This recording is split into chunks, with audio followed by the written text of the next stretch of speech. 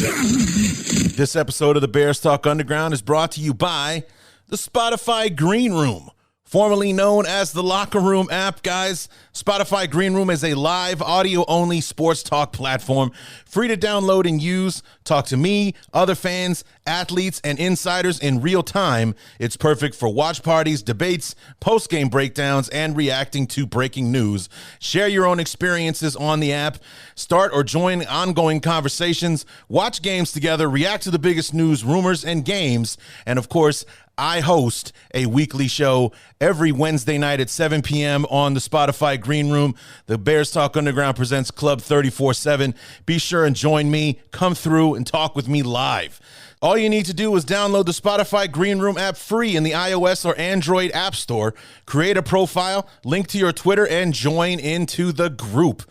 Follow me to be notified when my room goes live. And, of course, every Wednesday night, 7 p.m. Central, 8 o'clock Eastern, is when Club 34-7 hits the air. So be sure to join in on the fun, guys. You don't want to miss it. And be sure to follow me on the app so that you'll know anytime that I go live, because we'll be doing watch parties during the preseason. We'll be doing knee-jerk reactions during halftime during the season and things like that. Lots to do. This app opens up so many possibilities for interaction between me and you, my loyal audience. So be sure and download the Spotify Green Room app wherever you get your apps. What's up again, guys? Here it is, the first day of July. I was going to say the first Thursday in July. Hell, it's July 1st. It's day number 1. Only 30 days left until training camp begins on the 31st, and our beloved begin their 2021 campaign. And we are campaigning through our opponent preview episodes. This one is number 2 of 4 for the AFC North. This time we'll be doing the Cleveland Browns. And in a moment, our friend Jeff Lloyd from the Locked On Browns podcast will be joining us to help preview this team and talk a bit about how their fortunes changed in 2020. Kevin Stefanski comes in. They got a brand new general manager.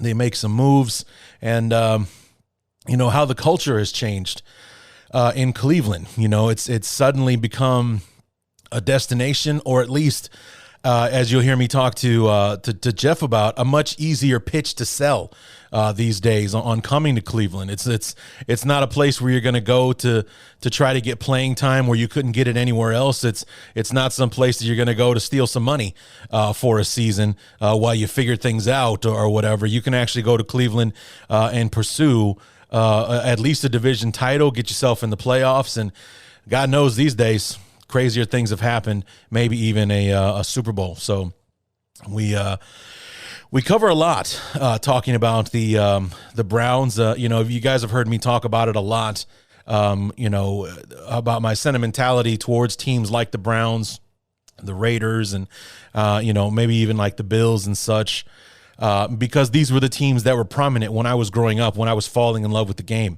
And, I have fond memories watching these teams in the playoffs and the great players that have played for those teams over the years. And it's, you've heard me also say a million times, it's boring watching them be the butthole of the NFL week in and week out, year in and year out, quite frankly, picking at the top of the draft and all that kind of stuff, watching them squander picks and things like that. So it's nice to see teams like that, digging themselves out of the hole they dug themselves into for one reason or another. And the Browns in year 1 under Stefanski, 11-5, make the playoffs and even get a win over the Steelers in that wild card round where they got on the Steelers, in the Steelers, over the Steelers, and then some in that one. And, got that victory and gave the Chiefs all they could handle in the divisional round before succumbing to Mahomes and company en route to another Super Bowl. So lots to cover with Jeff. So we'll go ahead and I'll go ahead and shut myself up so I can bring Jeff in, and we'll talk about the 2021 Cleveland Browns and what they're expecting out there on the Cuyahoga. And so let's go ahead and jump in. This is the AFC North opponent preview episode of the Bears Talk Underground. So let's get to it. Hang up the telephone. I hear the dial tone ringing out. So here we are as we move along here in the AFC North. We move on to the third place finisher from the division last year, but still good enough to make the playoffs in 2020. Talking about the Cleveland Browns, who finally returned to the postseason after a very long absence. I think it was 2002 the last time they had made the playoffs. And here to help us preview these 2021 Browns, see if they can get back to the postseason. From the Locked On Browns podcast, we have Jeff Lloyd. Jeff, welcome to the show, man. Oh, thanks for having me, Larry. Obviously, still June, but, very, very excited for August to come around for what the future could be for this 2021 version of the Cleveland Browns. And I am as well, to be honest with you, because I'm a child of the 80s. So I grew up with the 85 Bears, and I was only 7 years old that season.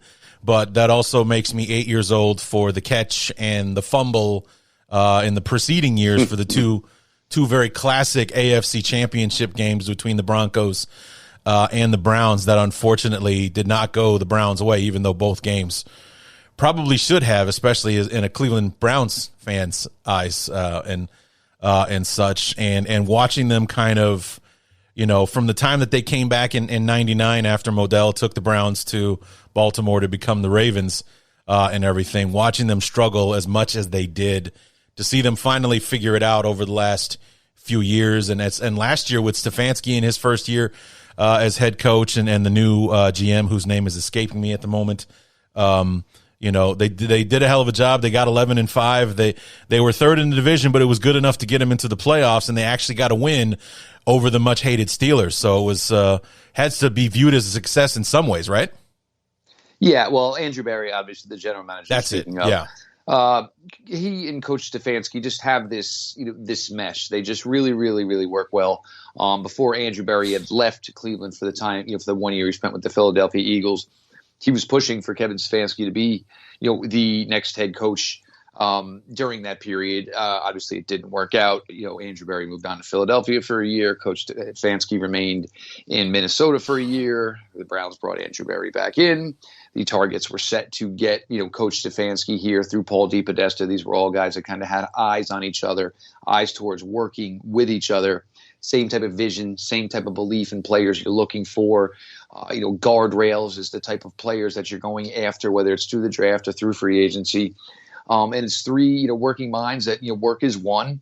It's been able to add to what was existing here in Baker Mayfield and Myles Garrett and Denzel Ward and Nick Chubb, finding the right type of talent, the right type of personalities that are going to fit right in with what was here and what was working. And in 1 year, and obviously their time was very, very limited due to COVID, just as every other NFL team. Right. But they were able to get everything installed and put a belief in these guys that, I know you've heard this a million times, and, it's really, really understandable if you don't believe it. But this time it's going to be different in Cleveland. And I think these guys, by the time August rolled around, by the time week one rolled around, I think everyone was bought in and truly had this sense of belief that, this time it was real. And because they were seeing something they had never seen, which was basically unison between a front office, a head coach, and basically every person within the organization, they knew. They knew they were, the heights were there, the expectations were there, everything was in place. All everybody had to do was put in the work, and it's led to what it led to. Yeah, because sadly, Cleveland has led the NFL in some pretty unwanted categories since returning to the league in 1999, like in losses and number one picks and things like that. And it just looked like they finally turned it around last year with Stefanski, even though it was they also lead the league in I think head coaches over the last 20 seasons. As well. It's just like two years here, 2 years there, 1 year. I mean, they had 4 coaches in 4 years, I think, or before Stefanski came in. They had 4 different coaches, and like with Hugh Jackson and Freddie Kitchens, or like 3 coaches in 3 years kind of thing with Stefanski finally coming in. And, it's like year 2, he's all of a sudden a long tenured guy in Cleveland with all of the coaching switches and the upfront office changes and things like that. It's good for me that grew up with the Browns being awesome to see them kind of working their way back to that. Again, now it's just a matter of stabilizing it like they did in the late 80s with Schottenheimer and Kosar and all those guys. Yeah, and I think the thing is, though, is once you change the perception of your franchise, you have more avenues to acquire talent. You have a player like Jadeveon Clowney who literally says, well, this team wins. I like it. And with minicamp this week, you wouldn't expect Odell Beckham Jr. coming off of ACL surgery in the fall to be a participant. Nobody would thought he would be a participant. There he was. He was out there doing some team drills, doing some individual drills. Jadeveon Clowney, another one with a reputation where he'll show up when it basically matters to show up. But they're working. I just believe with the young core that they have, between Baker, between Miles, between Nick, Denzel Ward, and these types of guys, as talented as they are, their reputations speak for themselves as far as they don't carry themselves any higher than anybody else on the roster. They hold people accountable because not saying we're the stars of this team, but we do everything that's asked of us. So this is the bar. If you're going to come here, you're going to work. There are no free rides. It doesn't matter if you're the first guy on the roster, the 53rd guy on the roster. You're expected to put in, your time, your effort, and when you get everybody on the same page, sometimes not even if you're not the most talented roster, you're going to win a lot of games just due to the fact that everyone can look to each other look to each other in the eyes, and knows that I'm going to do everything I can to make sure we walk out of here with this W today. And that's the thing about football. It's like team will trump talent almost every single time. You get 53 guys playing together, talent sometimes doesn't really factor into it. I mean, it's funny the way the football works, but that's one of those things. It's like talent will only get you so far. And, some of the greatest players that ever lived played on some of the worst teams God, forgive me for saying, but one of the greatest offensive tackles of all time happened to play in like the lowest period in Cleveland history, and Joe Thomas. I mean, there was nobody better than Joe Thomas at playing left tackle for all those years, and yet that poor guy never made it to the. Did he make it to the playoffs once? Or he came in after 2002, nope. Didn't he? Joe Thomas has never played an NFL playoff. Right, never played an NFL playoff game, but was regarded as one of the best. He was an Iron Man that didn't miss a game until like his very last season of his career, and yet. He played for the Browns, so he played for how many coaches and how many quarterbacks did he block for, and all that kind of stuff. So talent will only get you so far, but it's the teams that will ultimately come out ahead. And like you said, if you get 53 guys on the same page, that's going to be a tough out for anybody. Yeah, and with Joe Joe Thomas never missed a snap. Right. When he got injured, that was the last snap of his career. Had taken every snap up until that point. But again, it's just about unison, and when you're going to war and you have 11 players on the field, it's a lot different, than basketball. It's a lot different than baseball, where one guy can go, 4 for 5 and be the difference in a game. You can have a receiver go for 11 receptions and 230 yards. You still might lose by 17 points. You just have to have everything in lockstep. And I think the Browns are really trending to that. With each positional group on this roster, they've just got themselves set for the best chance at success everywhere. And it's been done in a short time by Andrew Berry. Credit to him. Granted, there were players here when he got here, but he was able to quickly establish, what he knows is going to work, what he needs to go find. And in 2 off seasons, he's done a tremendous job in flipping that roster, not just from a team that was, a mid-level team to a team now with legitimate AFC North expectations and probably, AFC Championship game expectations. Yeah, they were only 1 game away from the conference championship last year, and they gave the Chiefs a hell of a run, and also, in my opinion, I should say, added to the whole that fumble into the end zone rule's got to go. So I've never been a fan of it. I've seen the Bears fall victim to it a few times. The rule itself doesn't make sense to me. That the ball is fumbled, it goes through the end zone and out of bounds or whatever. Somehow it's the defense's ball now. Like I just don't get how that rule works or how it makes sense or in my opinion how it's fair at all. And Cleveland kind of got screwed by it in the Kansas City game in the playoffs. Certainly they had that they had that touchdown, what would have been a touchdown taken away from them and everything, and just kind of dug a deeper hole against the Chiefs. Not to mention the fact that there was a helmet-to-helmet collision that caused the fumble. That was never called either. So, the fact that we sat here and debated this entire fumble when there was just a blatant missed call, just, Just bad. Right. So real quick, let's go through the 2020 season because it was an interesting one for the Browns. Week 1, not the best start. Week 1, you're at home, or excuse me, on the road at Baltimore, steamrolled by the Ravens, 38-6. So it's like, okay, great. So that's how the Stefanski era starts. But then you rattle off 4 wins in a row. Then another bad loss to Pittsburgh before wins over Cincy and actually you lost to Vegas. And then the bye week, and then 4 wins in a row again after the bye. So it's like it's up, it's down, it's back up, the four game winning streak.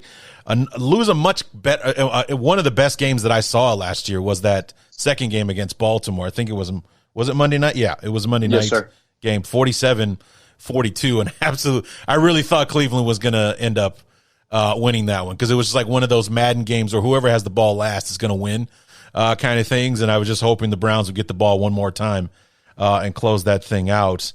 And, ended up the season with a win over Pittsburgh. Was it a win and you're in game for them? It was a win and in, yes. Okay, absolutely. so they beat the Steelers. God bless them. And then they took the Steelers to the woodshed in the wild card game, which was just awesome to watch. It was an incredible night. And, for, everybody, following this team, everybody for a fan of this team, first things first, it was, all right, we're going to the playoffs. Then it was, oh no, we're going to Pittsburgh, which has never, ever gone well. And then the way the week worked out, Joe Bitonio's out with COVID. This player's out injured. Oh, guess what? Coach Stefanski can't coach in the game because he's on the COVID list. Right. And it was just like, all right, it was kind of like, well, here's the Christmas tree. Here's all the presents. There's none for you. Go back to bed. So it was kind of like, we're here. But, to their credit, and they all spoke, they spoke all week and said, look, this has been the situation all year. We have no idea who's going to be able to play until it's time to kick it off, whatever time, whether it's 1 o'clock, whether it's 4 o'clock, whether it's 8:15, 8:30, and we'll be ready to go. We'll just find a way to make it work with what we have. And, that first offensive snap for Pittsburgh, ball goes over Ben's head. Why he or James Conner, neither one of them thought to kick the ball out of the end zone to take the safety and go from there. I got no problems with it personally. And they weren't ready. Carl Joseph jumps on it. It literally took every drop of emotion and put it on Cleveland sidelines and said, look, here's our opportunity. We can do this. And I think everybody just, I think the nerves were gone. I think the fact that it was Pittsburgh and all the history they had with Pittsburgh was gone. It was off their shoulders. And then you just had some guys who went out there, played definitely above their heads. But, you see that with any sport, and you see it, anytime with any sport within a playoff system. There's just times where, the least thought about guy becomes stars. Some guys just have this ability to, step up in bigger moments and become more than they ever have. And the Browns had about 3 or 4 guys who did that night in Pittsburgh. And, because the one thing, and always talking about, when are the Browns back? When are the Browns legitimate? And yes, obviously Baltimore has passed Pittsburgh in the pecking order as far as, the better franchise in the AFC North right now. But it was never going to be that way for Browns fans. It was going to be we need to stick it to Pittsburgh. Yeah. When we can physically say we are better than the Pittsburgh Steelers, that's when this thing is real. And that's when this thing is, on the track that all these fans want it to be on. And that was the feeling that night. The torch was passed. Big Ben in tears on the sideline, sit with Marquise Pouncey. What in the world Big Ben's even thinking about doing coming back again this year? I have no idea. Right. Because, he literally looked like a vehicle that, was running on, 3 cylinders and maybe 2.5 tires down the stretch last season. But yeah, for the Browns, I don't think it's a question of even, thinking that much about the Pittsburgh Steelers anymore. Their sights are set, a lot higher. Their sights are set on, competing with Baltimore for this division, competing and chasing down the Chiefs and maybe the Buffalo Bills for the AFC Championship game. This is where this franchise is now at. Yeah, and it's a good spot to be in. And I think that, they're in a better position for success than they were back in 2002, 2003 with Butch Davis and everything to make another run at the playoffs and to stay where they're at right now, as opposed to being a one and done team. Like, hey, we put it together for one season and then 2021 rolls around, they're not able to figure it out. You got the core is all coming back, and you've added pieces to that. Like you talked about, Jadeveon Clowney came in, you've added Malik Jackson, Josh Johnson, and you basically looted the the Rams secondary, except for like Jalen Ramsey. He's on the squad now. Troy Hill and John Johnson come in, and you've added some really interesting pieces to the team in free agency, despite losing Carl Joseph, who you just mentioned. Larry Ogunjobi going to Cincinnati. Never a good idea to go to Cincinnati, but he did it anyway. And you lost a few guys. Sheldon Richardson went back to Minnesota. Kevin Johnson, goes to Tennessee and things like that. But, I think that Cleveland's in a much better position to repeat or maintain their success level as opposed to 11-5 last year, 4-13 this year kind of thing. Oh yeah. I mean, you talk about they had the best offensive line in the NFL last year. That will return intact. They're going to bring back their entire wide receiver unit with, a player added. They're bringing back their running back unit. They're bringing back their tight end unit. All they've done is, add on offense. Defense, there were a lot of holes. There were a lot of players that were just basically filling in spots for the time being. In year one of Andrew Berry's, reign here, he did a fantastic job getting this offense where it needed to be and putting a lot of focus on that. Understanding in year two, defense was going to be the focus. And we're talking about a defense now that may have, most likely 9 new starters on defense this year. Wow. And probably with every single one of those 9, they probably upgraded, except for maybe slightly at the defensive tackle position. But those other 8 positions, it's not that they're bringing in new starters. They're bringing in better starters. Wow. So, it was, Cleveland, I think, was the same as most teams in the league this year in the offseason. There weren't a lot of buyers in the free agent market, thanks to the fact that the salary cap was about $20-something million lower than it was last year due to COVID and everything. But the pieces that they did add, like Clowney, like Troy Hill, like John Johnson, like you said, were definitely upgrades from the people that they were replacing, and that was what made, I think, Cleveland's offseason a bit unique in the eyes of a lot of people. Well, of course. And I think, the fact that you started with a Jadeveon Clowney, and it was even, it almost seemed like it was, the Browns are bust for Jadeveon Clowney. The Browns brought him in early in the process. They had a nice meeting with him. At the time, Clowney was still rehabbing from an injury. And Brown said, look, we're really interested. This is probably where we can go financially. Jadeveon Clowney made $14 million in 2020. The Browns got him for $8 million, but they said, look, everything here seems great. Let's see you in 3 weeks when, your medical team is telling us that you'll be ready to take a physical. You pass it. Here's the money we can afford. Here's the money we think, that's going to work. And obviously, Clowney, to his word, came back 3 weeks, took his physical, signed on the dotted line. You put a number one former number one overall, edge rusher with another number one former overall edge rusher in Myles Garrett. Josh Johnson was the best safety available on the market. Browns got that done, quicker than a hiccup. Hill was the best nickel corner on the market. The Browns were able to get that done really, really quickly.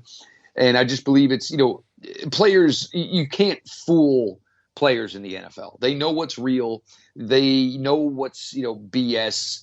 And I think, with a lot of these, players the way they are today, and obviously, just kids in general are just more intelligent than they were a decade ago, 2 decades ago. Right. They're not vibing so much with the old school, well, I'm the coach and here's why we do things. It needs to be more of a give and take and an understanding of, well, why are we doing this, coach? Explain this to me. And with Brown's younger regime, their analytical regime, with Andrew Berry only being in his 30s, Coach Stefanski only being in his 30s, it's an attraction to players. And knowing that these, gentlemen are going to have your backs. The Browns were huge proponents, in the Black Lives Matter movement, and allowing their players to use, their podium and speak freely and speak what they felt was important to them and was passionate to them. They were encouraged to do so. When other players see this, and obviously there's certain organizations that this just doesn't fly like it does in others, players see that and say, you know what, I can walk in that building and I can be who I am. Yeah, money's great or whatever, but I also have the opportunity to go to an organization that's going to allow me to be the player I am, the person I am, speak on things I want to speak on, help create differences, in the world in whatever areas I choose. And, it's a great young team. It's a great young environment. It's crazy to think, but I mean, we were trying to explain to people the attraction that the Cleveland Browns were going to be going in the last off season. in the free agency cycle, and some people weren't buying it, but obviously it was, easy to tell. And players just, basically fell in love with the fact that they were going to, a team that was good, a team that was on the rise, and the fact that they were, just allowed to be who they were as people. There was no cookie cutter structure of, just come in here and do your job, this type of thing. Come in, be who you want to be. You do your work. We have zero questions about anything else. Just do what we ask of you as players, and we will back whatever you want to do as people. And I think that's fantastic. For some teams to be able to change the culture like that, it is a mixture. Has a lot to do with who's leading the charge to begin with, I imagine that the sales job was a lot easier this year than it was last year, because it was for last year it was kind of like same story, different chapter, new GM, new coach. What's going to be different this time around? We had that story. We just heard that story 2 years ago or last year, and so on and so forth. But after the success they put together last year, winning a playoff game, giving the Chiefs all they could handle before losing in the divisional round last year, it looks like I'm guessing the sales job was a lot easier this time in the offseason than it was last year. Probably took a little bit, but maybe a little bit of arm twisting to kind of convince them, we're the right ones. We're the ones that's going to be changing the thing here. And here in 2021, I bet that was not as hard. No, and honestly, for these defensive players, you look at a player like John Johnson. They had drafted Grant Delpit the year before, missed the entire year because of injury. They had traded for Ronnie Harrison, late in this summer last year, and brought him in once they realized that Andrew Sendejo and Carl Joseph just weren't going to be it. But, if you're John Johnson, you're like, well, wait a minute. You drafted Grant Delpit. You already have Ronnie Harrison here. Well, where am I going to fit in? Where Joe Woods his entire time now in year 2 since he's been here says, I want to play 3 safeties. I want to play dime as much as possible. So a player like John Johnson, you go and you look it up and say, well, this guy's wanted to play 3 safeties. He just didn't have the guys to do it. Oh, wait a minute. They want me. That means I am going to be the quarterback of this safety room. I'm going to be, orchestrating where these young players are going to be. And, there's no question about my playing time or my role. If you did any homework or you did any due diligence, you would understand that this is what, Joe Woods has been preaching since he's been here. So it was just a question of, oh, wait a minute. You were looking for this type of, you were looking for me, essentially. So here it is. Obviously, the contract's here. The Rams maybe, their little run is maybe fading into the sunset. So for a player like John Johnson, you leave that, you get yourself right back into the sunlight, so to speak, with the Cleveland Browns here. And, a fan base, a city that's just rising and thriving, just an opportunity that was too good to pass up. Yeah, and I feel very much, and I swear to God, I'm not pandering, but I've always kind of felt like Cleveland was the AFC version of Chicago, where if you play well in Cleveland, then basically you'll never pay for a meal or a drink for the rest of your life if you're spotted out anywhere by the fans. After that playoff game is almost the equivalent of LeBron James, because the Browns will always be the biggest sports entity within the city of Cleveland. Sure. You win a playoff game against Pittsburgh in Pittsburgh, you ended this streak. They could probably start building a statue now, and that's just where it goes here. Right. Some cities, obviously just, covet and value their talent more than others. So many fan bases, wow, we wish we had appreciated it more when he was here. It doesn't happen, that way in like Chicago or Cleveland. Right. You come in day one, fans see what's real.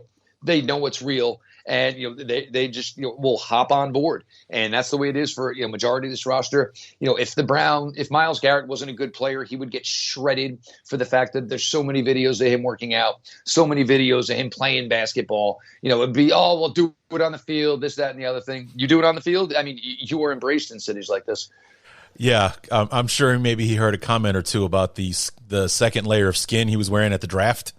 Like that suit jacket that he was wearing. It's like, Jesus, how did you get it on? But more importantly, how did you get it off? Because that's what I want to know. Was how did how many pieces did that thing, get torn into to come off? Because it just looked like, how is it, how is like the blood not, rising to his brain because it's cut off from the neck down? Everything, that thing was on. He was definitely wearing that jacket. That's for sure. But speaking of draft night, for the first time in a while, the Browns picking on the back end of the draft as opposed to being in the top 10 or at the very top and everything. And a guy at 26 kind of fell to the Browns. Was corner the biggest need, or was he the best player available as far as defensive players go. Greg Newsome from Northwestern, a local guy for me. But he goes overall number 26 to the Browns, to you guys. Cornerback was the biggest need. And this is where, and it wasn't so necessarily so much, due to, lack of depth in the room. After Hill was brought in and, Hill is revered as a slot guy, but also can play outside. They love Denzel Ward, but they have a question mark in Greedy Williams. There's just no way around it. He's got some sort of, shoulder impingement type of nerve thing. And, he's back, he's healthy, he's participating. But, the belief is that nobody really knows, how much that shoulder can take, and you can't monitor it until you start hitting. And that's what happened, last August. It was a hit in practice, and, it came back up. This is something he dealt with in college, and that was it. His 2020 was entirely wiped. So, but also you look at it, the Browns regime now, they did not bring in Greedy Williams. He was brought in by the past regime. So now here's a player they didn't draft. They've essentially never had take a snap for them. So they needed to basically have some insurance. And you also have to mention Denzel Ward here. Denzel Ward, as great as he is, he's missed some time over the years. Every game every year he's missed a couple of games. You can't get around that fact. And the other thing is, if you're going to be this successful franchise and you're going to be a team that wins a lot of games, you're going to be in dime a lot because you're going to be ahead late in games, and you're going to see quarterbacks throw the ball 40 to 45 times. So you need reliable players. Newsome comes in. He's versatile. He's already been working at nickel, this week with the team. Actually had an interception yesterday in practice against Baker Mayfield. The Browns are ecstatic with him. And I think one of the things they love most is his intelligence. They know there's probably some room for some bulk to be put on his body. He is only 21. That will obviously come along. But I think where they're in a really, really great position where they've never been in before is the Browns may not start one rookie week one. Years ago, obviously, all these kids were drafted, and it wasn't, do you think he's going to be able to start him? Oh, my God, is he possibly going to be a Hall of Famer? Because we need 7 of them because we're a terrible, terrible team. Right. These guys can come in, take their time, get comfortable within the system. They'll get their feet wet. Nothing's going to be they're not going to get thrown into the fire, so to speak. It's just a great position, that this front office has put this team in roster-wise. And, there's going to be players, obviously, that get injured. Adding a game to 17 games in the regular season just, basically, gives a greater opportunity for things to go wrong for players health-wise. But they've just done a fantastic job in making sure they are as deep as possible in every positional unit. And it started with the selection of Newsome at 26 overall. And at 52 overall, a pick originally owned by the Bears, but we finagled our way out of that one to move up and draft Tevin Jenkins in the second round. Jeremiah Owusu-Koramoah. And the reason that I know how to say his name so well is because I heard his name for about 20 picks before he finally got taken by Cleveland. We're watching his highlights over and over again. And just based on the overabundance of watching him murder anything in his path, he's either going to be an outstanding player for a long time or a guy that injures himself out of the NFL for the way that he punishes people. Well, the thing with, and I think this is kind of what hurt him, was I think a lot of teams said, well, is he a safety or is he a linebacker? Yeah. And I think that went through with a lot of teams. And you know what the Browns basically answer to that was? Yeah. And that's what we're going to do because we want to play dime. So you know what we want? We want guys who can play safety and can play linebacker. So now they can do that. Ronnie Harrison is a bigger safety. Grant Delpit has good size as a safety. So now when you get into these situations where you want to go dime, you obviously have players standing in the spots where you would have your traditional linebackers, but now they're faster players, which help against the Lamar Jacksons of the world. They are quicker in coverage, which help against the Travis Kelce's of the world. And when you get to this, 6'1", 6'2", whether it's, 228 or 240, the traditional linebacker weight, so to speak, it doesn't necessarily matter. It's 10 pounds. If you're faster, if you're quicker, if you can handle the punishment and you can deliver the contact, we'll go with the faster player. It's going to aid us in coverage. And I think that, JOK was just that type of player where he kind of did a little bit of everything. And this is another big thing with Joe Woods is he wants to be able to disguise what his defenses are doing. He wants versatile pieces. He wants a guy that can be able to line up on a line of scrimmage and cover the running back in the flats. If your next assignment is, I want you to play deep third in a cover 3, these are the types of guys they want. So when the quarterback gets to the line of scrimmage, he has no idea what's going on until the Browns finally set maybe a split second before the play goes off. And it gives the Browns such an advantage. JOK is a fantastic kid. And again, now another young, smart, intelligent kid coming out of Notre Dame, extremely physical. Lamar Jackson, if he wants to do these things the Ravens like to do where they use him as a traditional running back, you better be careful, because you have somebody who's going to have no problem, dropping the hammer on you if you want to run the ball like a traditional running back when you're a quarterback, and could be an issue at times. And this is a type of player that you can use to chase, Lamar Jackson sideline to sideline, so these 3 and 4 yard runs don't turn into 23, 24 yard runs. Yeah, because like I said, watching his highlight film, because it was like between picks, it was like, who's the best guy on the board? His name kept coming up over and over again, showing him do this, showing him get that and do that. And, when that guy gets there, he's going to get there angry, and it's not going to be pretty for whoever he runs into, whether it's a running back or a receiver, or hell, even, God forbid, an offensive lineman who's coming, around the edge or something like that. He might, he looks like he's got the fortitude to maybe stop the lineman and plug up the play in some way or another. I mean, it just, all of his highlights were nasty to look at. In my eyes, he's kind of like an old school guy for the way that he hits and everything. So I enjoy that quite a bit. So, and JOK, I like that. That definitely cuts down on the syllables for sure. I think Jeremiah Owusu-Koramoah, what were like 8 or 9 syllables in there? Yeah. Well, definitely he actually shortens goes it by up. Wu from Notre Dame, so I can totally see that, bellowing out pretty well in, First Energy Stadium Sure. when he makes a play. I'm sure everybody's going to, attribute it to Ric Flair, but I think it'll work a little better at First Energy for Mr. Right. Jeremiah Owusu-Koramoah. There you go. So looking at the rest of the board, Anthony Schwartz, not exactly a name you'd pick for a wide receiver, but nonetheless, your 3rd round pick out of Auburn, and James Hudson, an offensive tackle from Cincinnati's coming in. Another Ohio guy, Tommy, how do you pronounce that one? Togiai? Togiai, nice. Defensive tackle from Ohio State. So went heavy on the defense. Tony Fields, linebacker out of West Virginia, in the 5th round. Another safety, Richard LeCounte from Georgia, and then finally another wide receiver, Demetric Felton. Excuse me, Demetric Felton, wide receiver out of UCLA. How are we looking at the rest of those picks? Where are they going to come in? Are they going to be, are they going to be contributors, or do we have a bunch of special teams guys, developmental people, that kind of thing? Well, I think the first thing you look at with Schwartz is, and this is a guy I had pegged and, literally had put it out on social media, that this is a guy the Browns were going to be interested in. And this was 2 months before the draft. He has Olympic speed. This is one thing this Browns wide receiver core does not have. They are extremely lacking in vertical speed. And it hurt last year when they played the Chiefs in the divisional game. The Chiefs came out and basically didn't even play a safety back. They played man on man and said, guess what?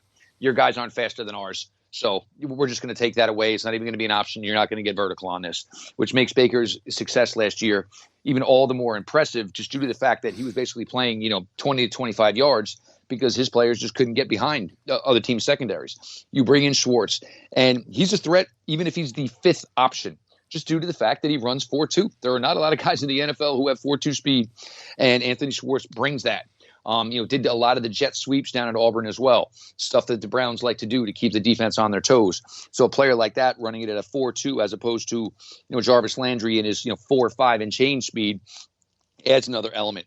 James Hudson is a guy that probably could play tackle, could be a swing tackle, could possibly, turn into an interior lineman. J.C. Tretter's getting older. Joe Bitonio's getting older. Jack Conklin possibly has an out on his contract after the 2021 season. So the Browns, as much as they put together a roster for now, put together a roster for the future. Fields out of West Virginia, very similar to Owusu-Koramoah in that he has safety experience. He can obviously do traditional linebacker stuff. So if you liked, JOK to do that stuff, you might have wanted to get yourself another player to do that as well. LeCounte out of Georgia had a rough draft cycle due to an injury that he suffered in a moped accident or something of that nature, moped or dirt bike, but had a pretty successful career down in Athens. The Browns want to play a lot of safeties, so if you have 3, you probably ideally need at least 5 if you want to play 3 safeties a lot. LeCounte's a smart, intelligent player out of Georgia. Demetric Felton is just going to be a weapon on offense. He's had times at UCLA where he was a leading rusher. He's had times at UCLA where he was a leading receiver. Probably going to contribute, in the return game as well. But it's just somebody that you can use in a variety of ways. He's a little bit he's smaller than Nick Chubb and Kareem Hunt. A little bit better of a pure route runner than Kareem Hunt, who was a great receiving back. They just found ways to bring guys in who mesh well what they did and have some things that they're bringing into their individual positional rooms that they're just they're bringing in a calling card and a fact that they can be used in a small role right away if they are needed. This episode of the Bears Talk Underground is brought to you by the Spotify Green Room, formerly known as the Locker Room app, guys. Spotify Green Room is a live audio-only sports talk platform, free to download and use. Talk to me, other fans, athletes, and insiders in real time. It's perfect for watch parties, debates, post-game breakdowns, and reacting to breaking news. Share your own experiences on the app. Start or join ongoing conversations. Watch games together. React to the biggest news, rumors, and games. And, of course, I host a weekly show every Wednesday night at 7 p.m. on the Spotify Green Room. The Bears Talk Underground presents Club 34-7. Be sure and join me. Come through and talk with me live. All you need to do is download the Spotify Green Room app free in the iOS or Android App Store. Create a profile, link to your Twitter, and join into the group. Follow me to be notified when my room goes live. And, of course, every Wednesday night, 7 p.m. Central, 8 o'clock Eastern, is when Club 34-7 hits the air. So be sure to join in on the fun, guys. You don't want to miss it. And be sure to follow me on the app so that you'll know anytime that I go live, because we'll be doing watch parties during the preseason. We'll be doing knee-jerk reactions during halftime during the season and things like that. Lots to do. This app opens up so many possibilities for interaction between me and you, my loyal audience. So be sure and download the Spotify Green Room app wherever you get your apps. This episode of the Bears Talk Underground is brought to you by Kansas City Steaks. Kansas City Steak Company wants to make this your best grilling season ever. Visit kansascitysteaks.com and get 15% off your order and free shipping with the code SD at checkout. From classic steak cuts to USDA prime to hard-to-find specialty cuts and more, Kansas City Steaks has everything you need to fire up the grill. These are steakhouse quality steaks, aged to perfection. They make it so easy. Each order is flash frozen and delivered directly. Satisfaction guaranteed or your money back. Enjoy their butter tender filet mignon, hearty Kansas City steak strip steaks, and savory ribeyes. It's been a hard year, so enjoy being together again by bringing the steakhouse to your house with Kansas City Steaks. Go to kansascitysteaks.com and get 15% off your order and free shipping with the code SD at checkout. That's kansascitysteaks.com, code SD. And, it's interesting watching teams build their rosters, and on draft day, it's such a crapshoot, and you never really know how anyone's got their board rated until the picks start to fall, and you see a Greg Newsome fall all the way there. Maybe somebody that the Browns weren't expecting to fall into their lap, and there he is, kind of thing. In the second round, they had to be thinking the same thing about Owusu-Koramoah. Like the talk about him started in like mid first round, and here he goes in basically like the later half of the second. He's still there for the Browns to scoop him up and everything. So it felt very much like watching Ozzie Newsome for the Ravens just kind of sit there and do nothing, and yet the best players fall into his lap year after year. It was like I always thought Ozzie Newsome is the luckiest GM or the best in the NFL, because he just sits there and waits, and at his pick, and somehow the perfect guy for the team keeps falling in his lap. It kind of looked like the Browns were having some of that success on draft night this year. It's just, it's when you are in a better position, when you have done your work, as far as, putting together a decent roster. And like I said, it also helps when you're in a position where you basically look at your roster going into the draft and going, you want to know what? We have enough here. We can go right now. We've got 11 starters on offense. We maybe have 11 starters on defense. Anything we're doing here is gravy. So let's look for players with, number one, who are young. All the Browns players were 21 or younger when they were, 22 or younger when they drafted them. Let's look for versatility. Can they do more than one thing? And you bring those type of players in, it's going to be the best chance at, success for them, success for you, understanding that there's still work to be done, understanding the fact that you have a coaching staff that's intact from the year before, which has never been the case. The Browns are bringing back every coach and assistant coach they had in 2020. So there's continuity, and whatever you were working with players on last year, now you expect that to be not an issue anymore. Maybe they've improved upon that. So now you can focus on getting rookies ready and developing their roles, developing their understanding of your scheme on offense and defense. And it's really refreshing to see. And obviously this goes on with a lot of teams in the NFL, but it's not gone on with the Cleveland Browns. Yeah. Just knowing what the recipe is to put together a sustainable product and keeping your eyes on the present, but also keeping your eyes on the future. Yeah, it's a balancing act that every GM and coach has to put together. The balancing act of building for today while looking ahead towards tomorrow, and then the coaches getting your best players ready while also warming up the guys that are coming up behind them in case they need to play now or somewhere down the line. It's an interesting balancing act to watch each of those guys perform. And speaking of Owusu Koramoah, it's a conversation I've had with a few people now. He's more of a hybrid guy. You say that the Fields out of West Virginia is pretty much the same thing. We got to come up with a name. I think I'm going to start a petition online or something about a name for that hybrid linebacker slash safety guy, because they either get labeled a safety or they're a linebacker when they're both or neither. You know what I mean? So we got to come up with some kind of name for that position to just kind of become the norm, because that's essentially what guys like JOK or Woo or whatever he's going to go by out there in Cleveland. That's what they are. They listed him as a linebacker. They list Fields as a linebacker, but he's going to drop in coverage deep like a safety at some point. So that cancels him out as being a linebacker, and things like that. So it's like we got to find a name for this position and get it cemented in there, because that's where the league is headed. Oh, there's no doubt. I mean, if you're going to go with these teams that are going to go with 4 wide receivers, on the field all the time, or continuously spreading it out, offenses are going 100% athlete heavy. Mm-hmm. So the only way to counter that is to go athlete heavy on defense, right, with the fastest pass rushers you can get. And the Browns obviously are doing that with 3 pass rushers who all run sub 4.6 in Garrett, Clowney, and Takk McKinley.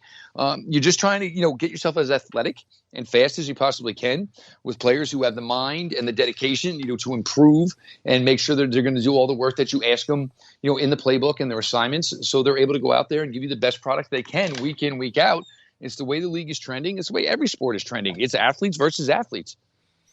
Yeah. So let's look ahead to the schedule, because there's a few interesting things in here for the Browns. The Bears schedule goes away, home, all the way down the board. They don't have 2 road games together. They don't have 2 home games together. They even accounted for the bye week for the Bears. We're at, I think we're home for the Steelers beforehand, and then on the road the following week. I always get it mixed up. Either way, instead of the bye week kind of serving as that buffer and then we have back-to-back road games, no. Bye week, or home week, before the bye, after. The Browns, on the other hand, their games are all grouped together. Aside from the starting off on the road at Kansas City, so a rematch of that divisional game. Then you got back-to-back home games for the Texans, and then the Bears come in week 3. Then 2 road games at Minnesota, at the Chargers. Then 3 home games, including a Thursday nighter against the Broncos. You have the Cardinals, the Broncos, and then the first matchup with the Steelers on Halloween. Then 2 road games. Oh, and then they finally mix it up there before the bye. Home for Detroit, at Baltimore on Sunday Night Football before a Week 13 bye. I think that's the latest you can go this year is Week 13, right? Yes, sir. Okay. So 12 games, 80% of the schedule before the bye week. I'm just saying that worked out pretty well for the Buccaneers last year. They had their bye week 12 or week 13 or whatever, and after that they rattled off 6-7 straight games and won the Super Bowl. Just saying. But what's interesting about the schedule there, not only is the games being bunched together, but you don't play the Ravens until week 12 on Sunday Night Football. You have a bye week, and then you play the Ravens again. So you have basically essentially back-to-back games against the Ravens before finishing out the rest of the schedule. With a bye week in between. Yeah. I mean, this is almost kind of like a gift. And it's rare to see this happen for the Cleveland Browns. But basically you get to, say, hey, if we're running neck and neck with the Ravens, we basically have almost 4 weeks where the only thing we have to think about in this building is finding a way, at worst, is to split with the Ravens. Obviously, you want to win both those games. Right. But that gets to be your whole and intent focus for almost 24, 25 days. You don't have to think about another team in the NFL. And it just should put this, regime, which is full of a bunch of intelligent gentlemen and great football minds, in the best position to find the way to, get those games. They get that first one on Sunday Night Football. Then they have, 2 weeks to prepare to face them again, but that time it'll be in Cleveland. I mean, it's really, and keeping in mind the Ravens will have had their bye week before that stretch. So the Ravens are going to have to play Cleveland, have to play another game, then have to play Cleveland again. Meanwhile, the Browns will, play that first one, have 2 weeks, think about it, change what was working, what wasn't working, what do we need to do? It really, really broke really well for them as far as, trying to, hopefully get this opportunity to take this AFC North title. Yeah, it's like they don't get their first matchup with the Ravens until week 12, but you get back-to-back games, like you said, with a bye in between. It's like which gives them 11 weeks to get all these new moving parts on defense to work in unison, and then it's we have nothing but one focus here for the next 3+ weeks. Yeah, I mean it's I've never seen that on on a schedule before. Where I've definitely seen it where the Bears played the same team twice in 3 weeks, but like you said. That's what we see in the Ravens doing. It's the Browns, somebody in between, and then the Browns again, but not the Browns the week off, then the Browns again, or anything like that. Where, like you said, for at the very least 3 weeks, for 20+ days, our only focus in this building is beating the Baltimore Ravens. That's all we have to worry about between from the 22nd of November, the day after you play the Lions, until December the 12th, when you play the Ravens the second time. That's the only thing on your minds is the Baltimore Ravens. And really, with the way that, Cincinnati's still working their way up, I'm not expecting much out of Pittsburgh this year. It's you and the Ravens for the AFC North this year, so those games are going to be huge. Oh, there's no way around it. And, the Ravens have had, the better end of it. But there's been some close ones. Baker has, won one game against the Ravens. I'm sorry, he's won 2 games. Actually, no, he didn't win the first one. He's won 1 game against the Ravens. Came close, obviously, 2 other times. People think the gap is bigger than it is. Baltimore did some things in the offseason. I don't think in any way they improved themselves nearly as much as Cleveland did. Of course, we're talking about things on paper at this point. It's still got to take place on the field. But the Browns probably put themselves in every position to be able to overtake them, as long as everything translates like they're hoping it will. Yeah, and then an interesting finish to the season. The Raiders, week 15, is one of those to be determined games. Like maybe they're playing on Saturday, maybe they're playing on Sunday. But then after that, you have the Packers on Christmas Day, which I think is the only game on Christmas Day? I'm not sure if it is or if it's is it the main event? But in that point of the season, the NFL obviously would have ability to flex games if they wanted to, which I'm sure they'll find probably another game to throw up on there. But you just talk about it in that sense, and where this team is at, where this product is at. Yeah. That look, Green Bay Packers are a staple in this league. For them to be playing on Christmas Day isn't such a surprise. The fact that their opponent is the Cleveland Browns. Maybe if you took somebody off a deserted island and said, "Oh, hey, well, Christmas Day football, Packers Browns," what? Like, well, what in the world would the Browns be doing in this national spotlight? Right. But this is where it is now, and hopefully for the foreseeable future.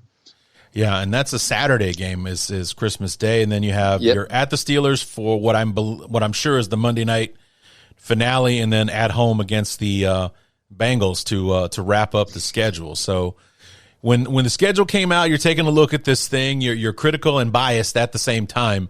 What numbers are coming up in your head when you kind of look at the schedule?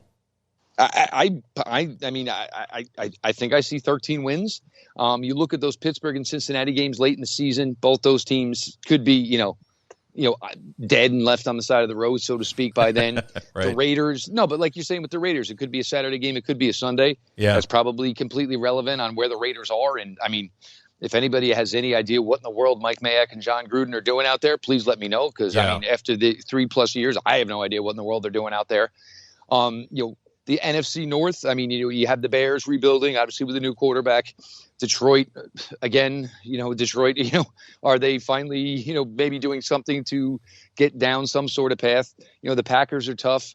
Minnesota, I think Minnesota's just kind of stuck in a little bit of like a Bermuda Triangle because they like Kirk Cousins, but in the same respect, I think they think that Kirk Cousins probably isn't their guy.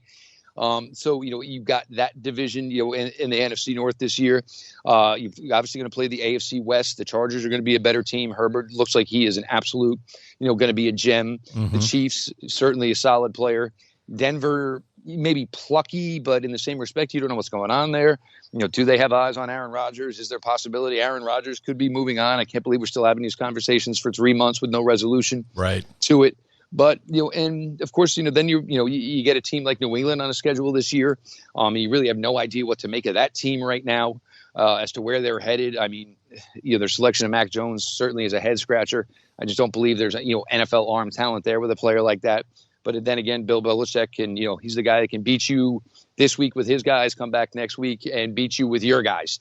So it's going to be fun. It's going to be a wild ride. It's just, it's still trying to get used to saying 17-game NFL regular season. Right.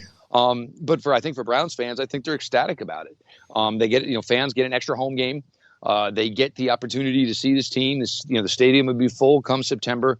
It's just, something that fans and, media, I know damn well. I mean, I can't wait to get going. I mean, I love the summer. But if you told me we could flip the calendar to week 1 right now, I'd pass on the summer in a heartbeat. I hit the fast forward button on it in a heartbeat to get to September 12th. And the Bears opening the year at the Rams on Sunday Night Football. I'm looking forward to that one, even though it's probably not going to swing our way. I'm still looking forward to it anyway. If you just anything to get things going. And if at the very least, I'm looking forward to August 14th, which is our first preseason game. It'll be a full Soldier Field. The debut of Justin Fields, get to see what he looks like in the uniform, slinging the ball around and things like that. And just seeing fans in Soldier Field again and fans in, is it First Energy Field now? Yes, sir. First Energy Stadium, yes. Yeah, and the just having fans back in the stadium with football again is something I cannot wait to see. For the fans to be a factor in the game again, for noise to be for that timeout that comes because the crowd is just too much, kind of thing. That was not a factor at all last season. And for a lot of people think that one of the reasons Rodgers had so much success last year was because there was no crowd noise to distract him or anything like that. They were able to take advantage of being able to hear each other a lot better and all that kind of stuff. I wonder how much that's going to factor in to how the season goes with fans back in the stadium and being noisy and trying to be interrupting of the cadence and making it difficult to hear and things like that. Well, I mean, these people are going to have well over a calendar year so it's going to even be louder. Yeah. I mean, you're going to talk week 1, you're going to be talking playoff atmospheres in some of these stadiums because that's how much these fans have missed being in the building, physically seeing it live. And, that's where, the fact that you were able to have some mini camps, have some OTAs, and, get these teams back to a little bit more of an NFL normalcy. And I know there have been teams that have been preaching on it. I know the Browns are playing music. It's, a pretty loud level, trying to understand, hey, guys, so the crowds are back. But it's going to play, it's going to play a little bit bigger part than when you just physically say, people are going to be back in the stadium. It's certainly a mental approach. And it's something that you're going to have to deal with and you'll get reacclimated to. Yeah.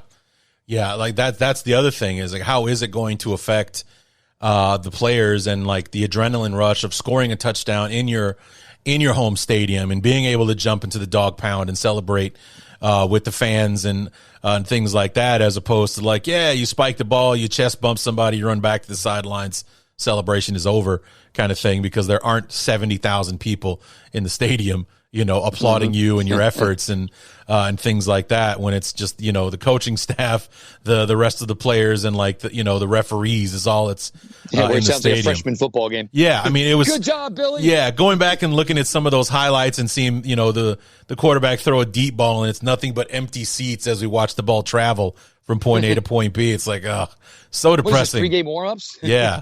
It's so depressing seeing that. It's like, did nobody know the game was happening? Was this played at 2 a.m.? What's going on here? So, yeah, it was it would be much, much more pleasing to the eye to see fans out there not having the networks, pumping in the crowd noise.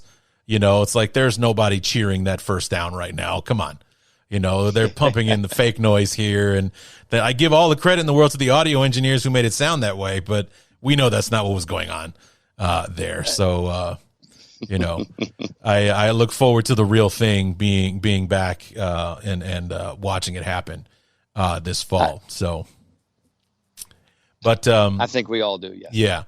One more thing I wanted to mention, and this is just me being me, and my listeners know what I'm talking about when I say that, is the to me, with all the moves that were made, bringing in Stefanski, it was Andrew Berry, right?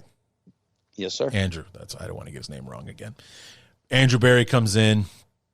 The moves that were made, you've got draft picks that are working out as opposed to what was going on. For me, the final straw in the success of the Browns in 2020 was going back to the old school uniforms. Because the ones that the Browns were wearing from whenever they changed them to 2019, I absolutely hated them. With the Browns on, like, we didn't know they were the Cleveland Browns. You had Cleveland and Browns written all over. They looked like some weird high school team or, historically black college with all the flair and everything with the uniforms and everything. It was just like, okay, we're the NFL.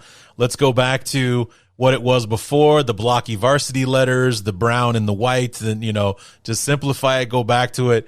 When you look good, you play good. And last year they looked good and they played good. Yeah, well, and I think it was, obviously they had those uniforms coming back had been in works, for a little bit of time. Sure. And I think it was just the perfect mesh of, the Browns were now good again. The Browns are a playoff team again. And, fans who have been, fans of this franchise their entire lives basically got to see their team be good again in the look that, they were accustomed to them always wearing. Obviously there's going to be a little bit maybe more orange dipped into it this year. Obviously now every NFL team always wants to, rock that third jersey so you can get those jersey sales up and obviously make that money there. So it's just in everything about it. And the coolest thing about it is, seeing players excited about it. And that's where the world is now. I have teenage daughters. Like, there's no such thing as, like, blue's your favorite color anymore. Like, every color of the rainbow essentially is, embraced and liked. And, the brown and orange. And I think the guys know that they're putting their stamp on this now, as, this is now going to hopefully be another successful run for this franchise after so many years in between. Right. The players embracing it and embracing the look and just really excited about everything that has to do with this franchise, and understanding that it's just, you're going to bring in players all the time, but, without it all being orchestrated successfully, you never know if it's going to work or it's not going to work. And just the smiles on these guys' faces, when they go to their Zoom conferences and they're talking to the media and, just the questions they're asked. You just see overall exuberance and positivity. And, this is with guys like Nick Chubb and Baker Mayfield and Denzel Ward, all in this time where, contract extension talks are coming up. And, and to hear every single one of them say, oh, I want to be a Cleveland Brown. I mean, we're not used to hearing these words, right? But you're hearing them, and these guys are excited, and they know where they think this franchise is headed. They know they probably have a nice, couple of year window here to have some real success, and they're chomping at the bit. Yeah, I mean, it's not a surprise to hear them say, or with the way the team is playing and the way where the organization is trending and things like that, for them to say that they want to stay. Where, as opposed to 10 years ago when hearing, Joe Thomas swear loyalty to the Browns, it's like, why, dude? Why? Go somewhere else, win some football games. You're too good to be, playing at your career for so many bad teams and the revolving door of quarterbacks. Like, I mean, the Bears are guilty of the same thing as far as quarterbacks are concerned. But, I think I've seen the the jersey where the one person's got the roll of tape down the side where, you know, you got Wynn, you got this guy, that, you know, all that kind of stuff with the various names and everything that have been since the Browns came back in '99, starting with Tim Couch and everything. It's good to see the Browns coming back. You know, I'm always rooting for the underdog, but the other thing that I'm also rooting for is parity in the league, and especially in the AFC, because they've been such a top-heavy conference for such a long time. When I went back and I did the research from like 2000 to like 2018, 2019, whenever I was doing that, the AFC sent 5 teams to the Super Bowl. 5. The NFC sent like 13 or 14 because like one or two teams, I think the Giants went twice, the Seahawks went twice, and I think the 49ers went twice. Everybody else was a one and done. The Eagles, the Bears, the Panthers, the Cardinals, one after another. It's like the NFC was more of a gauntlet as far as like, you know, trying to repeat and everything, where in the AFC it was New England, Pittsburgh, Denver, Indianapolis, maybe Baltimore, and then one time the Raiders win in 2002. Otherwise, it was those other 5 teams over and over again just taking turns winning the AFC and going to the Super Bowl over and over. To see the Browns come in and be a factor again, to see the Chiefs coming back, to see the Buffalo Bills coming back again, that's what I like to see, that things are getting shaken up as opposed to the same teams going back year in and year out. It just makes for a better product for the league. You know, obviously, you know, I mean, you know, the amount of, you know, like, oh, here we go. Here's another, you know, Raven Patriots playoff game, or, you know, and this is what, you know, this is what brings eyes, this is what brings younger eyes to the game. I mean, it was different teams. And, you know, the fact that the way they expanded the playoffs last year. So you had 3 games on a Saturday, 3 games on a Sunday, and basically just kept everybody on the edge of their seats. I mean, you know, the NFL, I mean, you ain't making billions of dollars by being a bunch of idiots. They know what, you know, they know what's going on. Yeah. But, you know, but also the fact that, you know, you have teams that, you know, fans aren't accustomed to, you know, watching on, you know, January weekends and games that, you know, the ultimate matter towards, you know, driving towards a Super Bowl. It's going to draw people because, you know, people who maybe are the casual fan who only watch their team week in, week out, you know, now get to see these other teams that they really haven't seen much of. And it just, you know, generates the point where you know, people want to see more football. They want to watch, you know, every primetime game they can. They get to the point maybe where they, you know, obviously get the NFL package because they realize there's more to than the team they watch every Sunday. Right. Yeah. And it's, you know, like I said, it's like, obviously I'm a Bears fan, born and bred, but I'm a football fan as well. And, you know, I like to watch the NFL and growing up, you know, I was a teenager in the 90s, and as great as those games between the Cowboys and the 49ers were, it was boring to see it always come down to the Cowboys and the 49ers there for that 3 or 4 year stretch in the mid 90s where that was the NFC Championship game. One of those teams is going to the Super Bowl. And you knew that week 1. Yeah, you did. Like, so what are we doing for the next 5 months? Right, exactly. That was the issue, was that you knew that week 1, that's going to be the NFC Championship game. And it was like maybe in a miracle, you know, the Packers or whoever was coming up in the 90s at that time might sneak in there somewhere, or at the very least give the Cowboys a hell of a game before the Cowboys win and make it to the NFC Championship game again. You know, same thing in the AFC for the last several years. It was always the Patriots and the Steelers, or the Patriots and the Broncos, the Patriots and the Colts over and over again. It's like, yeah, can somebody else get in there? Like, you know, Miami, Buffalo, you know, somebody just come on and give them hell for a year, just one time. Come on, kind of thing. It's nice to see teams reemerging, and you know, like you said, I don't know what the hell's going on with the Raiders, but they're not the butthole of the NFL anymore. So that's nice to see that they're finally figuring out to be at least a mid-level team and not the joke of the NFL that everybody can't wait to play. Yeah. So. And, you know, I mean, you know, it was always, you know, I mean, they were always, you know, a prominent, and there was fear to it. Opened this big, beautiful stadium, and, you know, obviously in Las Vegas, and, you know, the product, I mean, you're just not really sure where it's going, you know, and it seems every year they kind of almost want to, you know, rip it about like half apart. And think, oh, well, no. Now this will be the recipe, and who knows? We'll see if it leads to any success anytime soon. Yeah, and we got the Raiders this year. We got them week 5 on the road in that beautiful stadium. Well, that's it. Oh, absolutely. If you're going to play the Raiders, you want to go to Vegas. Hell yeah. Yeah. Yeah, that was the thing, was that when they did go to the 17th game, that was our 17th game, was that's right. was the same place opponent from another conference, from the AFC. And it was like, once that was cemented, then it's like all over Bears Twitter and the discussion groups that I belong to. It's like, all right, who's going to Vegas? Let's get a group together. Like, who's going? And it's like, even before the schedule came out, who wants to go to Vegas when the Bears play the Raiders? It's like, I don't give a damn if it's Christmas Day, we're going.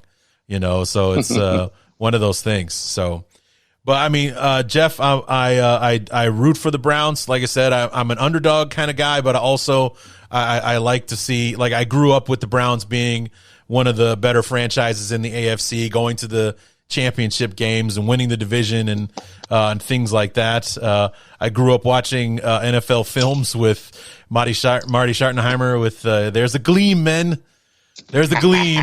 No idea what the hell he was talking about, but it sounded good. You know what I mean? And just those days in the old Memorial Stadium and the dog pound and stuff like that. So I have fond memories of the Browns, and it's a good thing to see them coming back. Yeah, no, I mean, we're excited about it. And it's just the energy level, of the fans, obviously, and just these young players. And, the fact that, they all came here and, we don't care what went on here before, and we understand it wasn't good. Doesn't have a hill of beans to do with us. Right. And we're going to be the ones to change it. All right, Jeff. Well, I appreciate the time, man. I'm going to go ahead and, let you go, and look forward to having you back on to preview that Week 3 matchup between the Browns and the Bears coming to Cleveland this year. I would like to remind you, however, just throw this in here as we depart. The Bears are undefeated against the AFC North the last 2 times we've played the division. 2013, 2017, 4-0 against the division both times. Don't ask me how, because we weren't very good in either of those seasons, but somehow 4 of our victories came against the AFC North, so we're looking to repeat as AFC North champions in 2021. Remember, though, in 2017, there was a certain offsides on a Browns defensive lineman that negated a Myles Garrett interception return that would have been the difference in that game. Very much so. Yeah. I also Christmas Eve.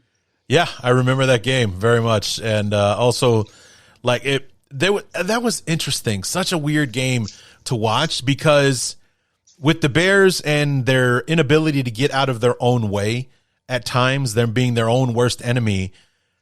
Watching the Browns play, and no offense, but that's like, this is what it's like to watch the Bears. This is what it's like, because there was a receiver that caught a pass. He's coming across the middle. He gets close to the end zone. He fumbles the ball, and the Bears recover it in the end zone. Like, that touchdown as well would have played a big factor in the football game, but there it was, the Browns being their own worst enemy. This kid fumbles the ball, gives it back to the Bears when they were just about to rip our throats out with this touchdown and everything, and make the Bears the answer to the trivia question, who was the 1-15 in 2017, as opposed to, keeping the Browns winless in that football game. So that was a strange game, and thankfully the Bears were able to come out ahead thanks to DeShone Kizer throwing passes to a wide open Kyle Fuller a couple of times in that game as well. DeShone Kizer was just trying to make sure, that he could give up his job and the Browns could secure the selection of Baker Mayfield. There you go. He did his part. He did his part. What a guy. What a guy. Because he also played the Bears Week 1 in 2018 as backup to Aaron Rodgers in the first game of the season, and made Khalil Mack famous. Threw an interception, then he ran back for a touchdown. Khalil Mack ripped the ball out of his hands, in a sack fumble type situation. So he did his part to make the Bears look good. The gift that keeps on giving. Absolutely. Yes. So, Jeff, I appreciate you coming on. Like I said, we'll look forward to talking to you again to preview week number 3. Where can we keep up with you in the meantime? The Locked On Browns podcast, Apple, Spotify, Odyssey, wherever, you get your podcasts. The at Locked On Browns Twitter account, and at Jeff_LJ_Lloyd. Just excited, obviously, you can take a little time here, enjoy the summer a little bit, but, September just can't come fast enough. Amen to that. So Jeff Lloyd from Locked On Browns, we appreciate you being on the show, man. Thanks, Larry. Had a blast.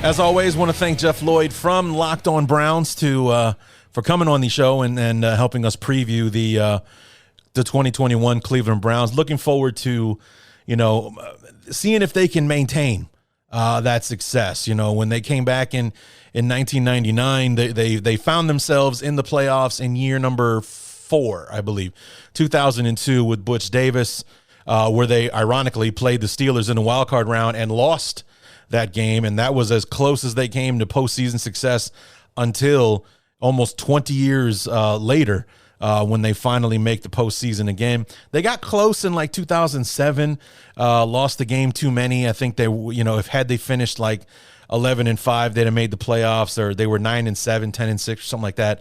Fell short. They were, it was the days of Derek Anderson and Braylon Edwards and everything. They fell just short then, and that was as close as they got for a long time until this past season when Baker and company finally got them over the hump and into the postseason and nearly got them to the AFC Championship game. Would have been interesting to watch the Browns and the Bills duke it out for the AFC Championship had the Browns been able to shut Mahomes and company down. But they'll be an interesting team to watch. We see them week number 3 in Cleveland, so that will be interesting to see how the Browns are faring in the early going, and to see what kind of team they end up being in 2021. I will be keeping a close eye on them. So that's going to do it for the Cleveland Browns. They'll come back on Monday when we're moving into the quote-unquote top half of the division, starting with the Baltimore Ravens. And Kevin Ostreicher from the Locked On Ravens podcast will be joining us to preview the 2021 Ravens, to talk about the what's next for the Ravens. They've fallen flat in consecutive seasons. They have no trouble getting to the postseason, but they can't get over the hump and get a win. Last year, they made it into the wild card round and fell to the Buffalo Bills. It was a tough game, a very much of a defensive struggle there, and it was a key interception at the end of the game that really shut the Ravens down and made the victory possible for the Bills. The year before, in 2019, Lamar Jackson and his MVP season, where he was untouchable, they go 14-2. They make the playoffs and run into the buzzsaw that was the Tennessee Titans in the divisional round and lose that game at home. And that's very much what it's been like. In 2018, Lamar Jackson and company got him a win in the wild card round and then fell in the divisional round. So it's the divisional round that seems to be where the wall is for the Ravens. They're looking to get past that, and this might be a good year for them to make their move, because despite what Chris Carter from the Locked On Steelers podcast would tell us, the sentiment around the league right now is that the Steelers aren't going to be what they were a year ago, or they're not going to be 12-4. They're not going to win the division. So this might be the year for the Ravens and the Browns to kind of make the move to try to get a stranglehold on the division that the Steelers have pretty much owned since the AFC North's inception back in 2002. So I'm pretty sure they've won it more than they haven't in that time. So, this could be the year for the Ravens to do it. And we'll talk to Kevin about the moves that they've made and how probable it is for the Ravens to reclaim the AFC North after winning it in 2019 and coming in second last year, and what they'll need to do to advance further in the playoffs. And one other thing that we did talk about was in regards to the handling of Justin Fields, more so in regards to how much I respected how the Ravens went all in on Lamar Jackson, how they tailored their offense around what he does well. And in year 2, when he was the full-time starter, because he was still, going back and forth with Joe Flacco in his rookie year in 2018, when he became the man in 2019, how they went all in, tailored the offense to his strengths, and, he became the MVP. They were the best team in football before falling short in the playoffs.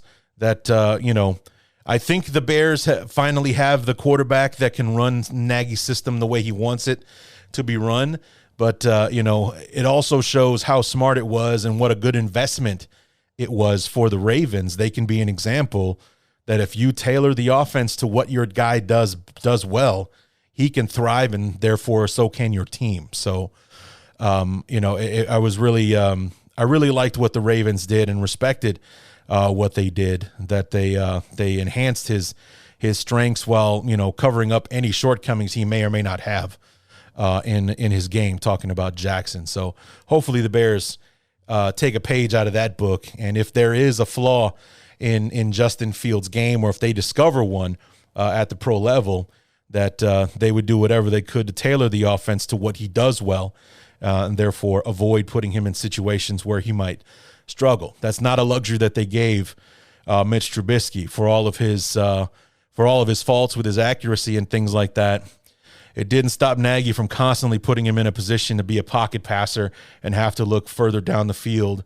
When they started tailoring the offense to what he did better with the shorter passing game and things like that, the Bears offense was actually rattling off the points there at a pretty good clip there towards the end of the season.